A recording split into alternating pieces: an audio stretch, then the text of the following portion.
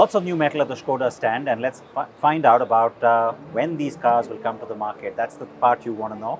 Joining me now is Petr Janeba. Wonderful to see you. Hi, Siddharth. And that is something, like, you can't get your eyes off of it. But it's not just the color, right? It's also what this car can do. So let's start with this one. Tell me why you're showing it here and when you plan to bring it. So, Octavia RS is an icon. Huh? So, it's not just because of power and all the racing history which we are currently having. These 124 years, we are really racing to prove that our cars are high performance but reliable, but at the same time, they can bring you to the end as the first one. So, this is a facelift of Octavia 4th generation, 260 horsepower. We have as well diesel, we have as well plug-in hybrid in RS. But what we have found out from the customers, they would like to have really a petrol one, a real one. So petrol with the pedals DSG. This is what the local Indian customers want from Skoda, and this is what we are trying to bring. It looks like September. I don't want to overpromise, but this is actually the plan. It will be only CBU. So the price-wise, you can imagine, it's not like it's for everybody. But I think like 30, 50 cars we should bring because, and probably not in this color. Well, maybe some. Maybe some. There are some people like me who want it. Take your call. But of course, I know you'll have your hands full with the Kylaq rollout. That's what's currently really dominating all your time. And you do have those cars here on the stand as well. So maybe we can walk around, even though I know it's a little crowded. But what's the response been like? I mean, you've also had the crash test result. You've had so much that's, the attention around the car has been pretty big. People have started to see the cars now. What are you hearing? Yeah, so the Kylaq started production last year actually. Now we are ramping up production pretty fast. Yep. So it's really January is like 1,500, then we go over 4 in February, and we get finally over 7 in March. So with the current level of bookings, what we have promised to customers to deliver, we have like 2 months waiting time, but already. yeah, but this is always a new car, always gets this attention.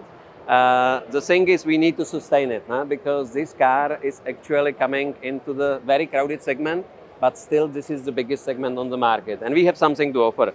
We have turbocharged engine, reliable but still efficient, just from the first version. We have one of the biggest boot, and we have finally Bharat NCAP, which is saying this is the safest car in the segment. It is still an ICE segment because one of our competitors, actually Tata Punch, the model of the year, model of the last year, is scored a little better than we. But all other 5-star cars are behind us, and we are very proud that the engineering have done their job. Now we have to prove ourselves that we can as well sell this car, and this goes to sales, to our network. We are still preparing a lot of marketing activities, so gearing up, and 27th of January, everybody can visit the dealer to sit in the car, to drive the car, and there will be as well 80% of our people already trained. So I think everybody will have a nice customer experience by our dealership. The last time we had the virtual chat, I remember you gave me the whole calendar. And if you do want to see, not the driving part, but the sitting part, you can come and do at the Expo before the 27th of January. That said, what about the Superb? I mean, there's been a lot of talk about it for a while now. There has been a certain following or a certain popularity that the car has enjoyed in India. So what can you tell me? I mean, we are one of the last manufacturers which is actually in B segment still bringing the limousines. Most of the other manufacturers, at least in Europe, they stay with the wagons only. But we do believe in limousines. I think it's a classical shape. In India, Superb is one of the cars which makes Skoda very much successful, and which still a lot of people remember. Has a benchmark. Exactly. And a lot of people are asking us to bring it back. It unfortunately cannot come as a parts and components car like it was before. It's actually coming as a CBU only. This is limiting its volume potential. But in the end of the day, the thing which will be probably very much new and very much appreciated by the customer is we are trying to bring it in diesel, and it should come in September. You've gone exactly where I wanted you to go, because, this whole thing of, Volkswagen Group, diesel's done for India. Then you said you're now maybe reconsidering it. Why is it important to do that? What's bringing this conversation back to the Superb? And maybe that opens the door, I don't know.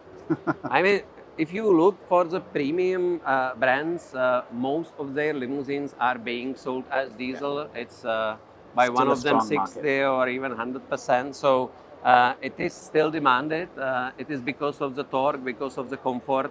I don't think whether it's efficiency, because it's probably not the case for these kind of people who afford to buy this car. But still, I mean, most of the Superbs we have sold in the past are diesel, and there is a certain legacy. So we understand it's not the car for the whole India. Probably Delhi would be an exception with the current policies. But even for them, we have different cars like the 2 EVs which are coming. So I think we have for everybody everything. Yeah. So, Fair enough. So by when? By when do we have it? Superb is September this year. And the 2 EVs now.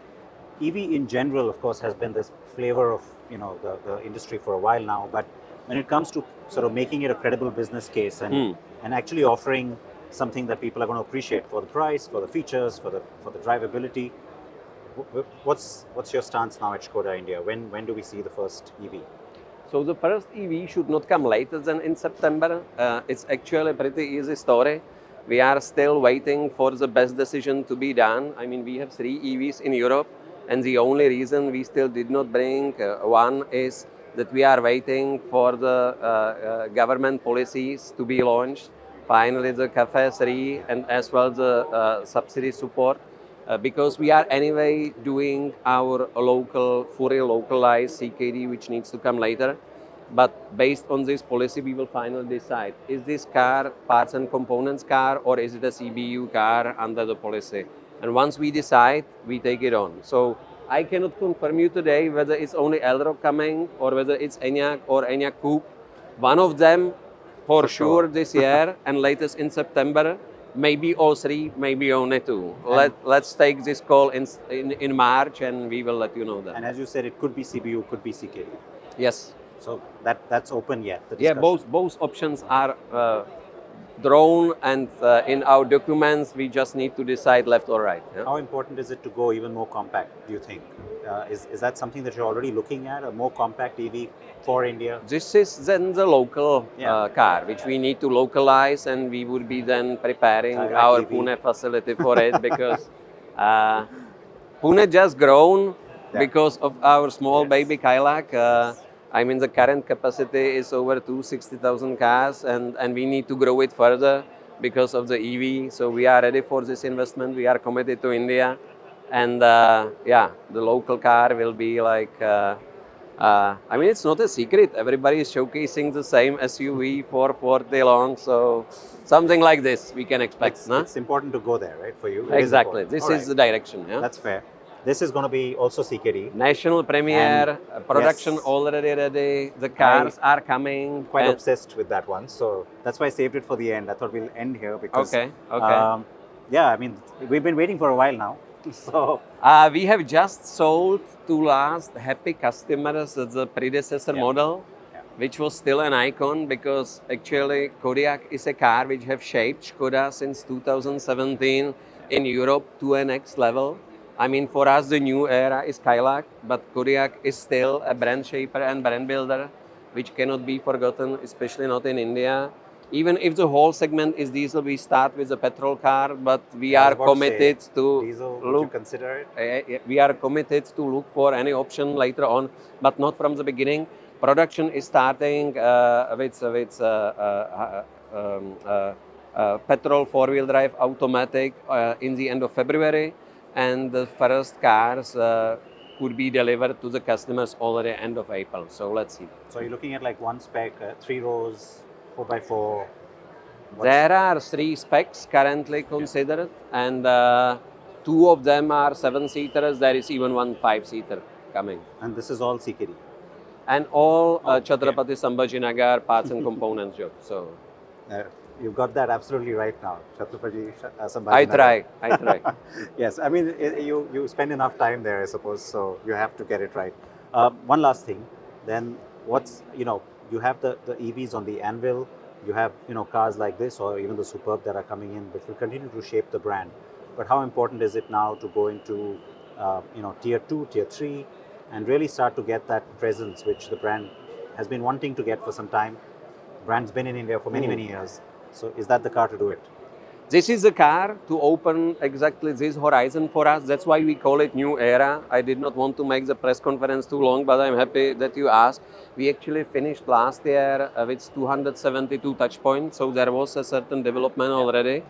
And we will finish over 350 in 2025. So it's massive what is coming, and exactly as you said, most of it is we are becoming closer to our potential customers, especially in tier 2, tier 3 cities. Yeah. So these are places where you may not currently have the brand. Exactly. That's so people focus. who are looking for Skoda, they probably need to go some more miles to get there, but we are now coming much more closer to them. Not only with the sales as a first part, but as well with the after sales, because sales without after sales cannot be successful. Absolutely right. I am very happy you're going to keep us busy.